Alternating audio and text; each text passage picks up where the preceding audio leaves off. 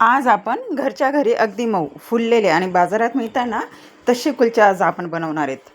आणि हे कुलचे तुम्ही छोले, पनीर किंवा इतर कोणत्याही भाजीसोबत खाऊ शकता.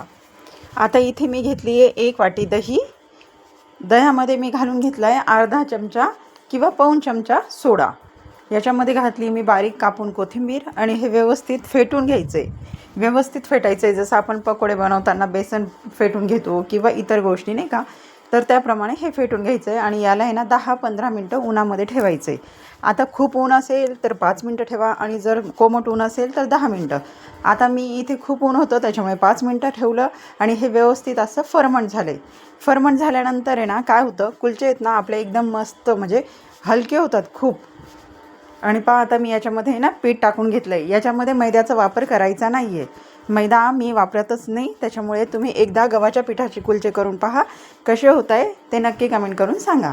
आता याच्यामध्ये मी टाकून घेतलं आहे मीठ. बाकी मी साखर किंवा दुसरं असं काही टाकलेलं नाही. आता हे व्यवस्थित मिक्स करून घ्यायचं आहे. आणि हे पीठ पण आहे ना आपण इतर दिवशी जसं पोळ्यांना पीठ भिजतो खूप मऊ, तर तसं भिजायचं नाही आहे आणि खूप घट्ट पण भिजायचं नाही आहे. हे मीडियम ठेवायचं आहे. म्हणजे खूप असं पातळ पण नको आहे ते पीठ आणि खूप घट्ट पण नको आहे. म्हणजे पोळीला जसं भिजतो त्यापेक्षा थोडंसं कडक आणि पुरीला जसं भिजतो ना त्याच्यापेक्षा थोडंसं मऊ. आता मी इथे व्यवस्थित हे पीठ भिजून घेतलं. व्यवस्थित पीठ भिजून झाल्यानंतर आहे ना याच्यावर थोडंसं तेल टाकायचं. तेल टाकून थोडंसं मळून घ्यायचं आहे. अजून तेल टाकून पण आहे ना आपल्याला व्यवस्थित ते मळून घ्यायचं आहे. असं नाही की तेल टाकलं थोडंसं वरच्यावर आपण मळलं आणि ठेवून दिलं, असं न करता आपल्याला ते व्यवस्थितच मळून घ्यायचं आहे, की जेणेकरून आहे ना जे आपण तेल टाकलं आहे तर ते पण पूर्ण पिठामध्ये आतमध्ये मुरेल. कारण मी आधी तेल टाकलेलं नाही आहे. जर तुम्हाला पाहिजे तर तुम्ही पिठावर सुद्धा तेल टाकू शकता आणि मग नंतर मळून झाल्यानंतर पुन्हा एकदा तुम्ही तेल वापरू शकता. पण एवढा तेलाचा उपयोग कशाला, जर आपल्याला परत बटर वापरायचंच आहे. त्याच्यामुळे मी इथे तेलाचा वापर थोडासा कमीच केला आहे, कारण मला कुलच्यांवर लावायचं होतं बटर. आणि मग पहा इथे माझं पीठ भिजून झालं आहे. आता मी ह्या पिठाला अर्धा तास ठेवून देईल. अर्धा तास झाल्यानंतर मी आता हे कुलचे करायला घेतले. आता हे पहा हे मस्त असे होत आहेत. म्हणजे असं हलक्या हाताने ना लाटले तरी लाटले जातात. खूप जोर पण द्यायची गरज नाही आणि खूप पातळ पण नाही, असं हे पीठ आपलं पाहिजे. आता इथे पहा मी हा आकारात एक कुलचा तुम्हाला करून दाखवते. ह्या पद्धतीने पण तुम्ही करू शकता, पण मी एक वेगळी पद्धत असते त्या पद्धतीने करत असते, कारण त्या पद्धतीचेच मी नेहमी बनवते.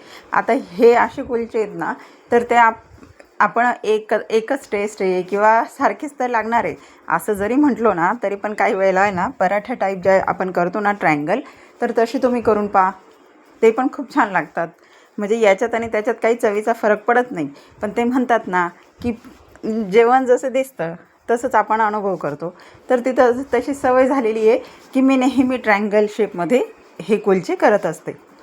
त्याच्यामुळे तुम्हीही एकदा नक्की ट्राय करा, कारण ह्या आकाराला जितके छान दिसतात ना मग ताटामध्ये आपण ज्यावेळेस वाढतो ना त्यावेळेस पण खूप छान वाटतात हे. तर एकदा तुम्ही नक्की ट्राय करा ह्या पद्धतीचे किंवा ह्या आकाराचे कुलचे. आणि जर तुम्हाला जमतच नाही आहे, काही जणींना आहे ना हा आकार द्यायला म्हणजे जमत नाही. आता खूप सोपे आहेत हे, असं काही अवघड आहे असं काही नाही आहे याच्यामध्ये, पण नाही जमत. आता एखाद्याला जमतच नाही म्हटल्यावर आहे ना काय करायचं, थोडासा असा हाताने आकार देऊन द्यायचा. हाताने थोडंसं आपण जसं भाकरीला करतो ना त्या पद्धतीने आपण करू शकतो आणि थोडासा आकार आपण तसा देऊ शकतो. आणि हे सोपे अगदी साधे असे हे कुलचे. मस्त वितळलेलं मी बटर ठेवलेलंच होतं. बटर लावून मी यांना व्यवस्थित शेकून घेतलं आहे. खूप शेकायचं आहे असंही नाही, खूप कडक होऊ द्यायचे नाहीच आहे आणि हे कडक होत पण नाही. हे मस्त असे मऊ एकदम मऊसूत असतात. एकदा तुम्ही नक्की ट्राय करा ही रेसिपी आणि कसे झालेत हे कुलचे हे मला कमेंट करून नक्की सांगा. आणि आता याच्याबरोबर मी केली होती मशरूमची भाजी. मस्त अशी कुलचे आणि मशरूम असं कॉम्बिनेशन खाल्लं आहे का तुम्ही कधी, नक्की सांगा.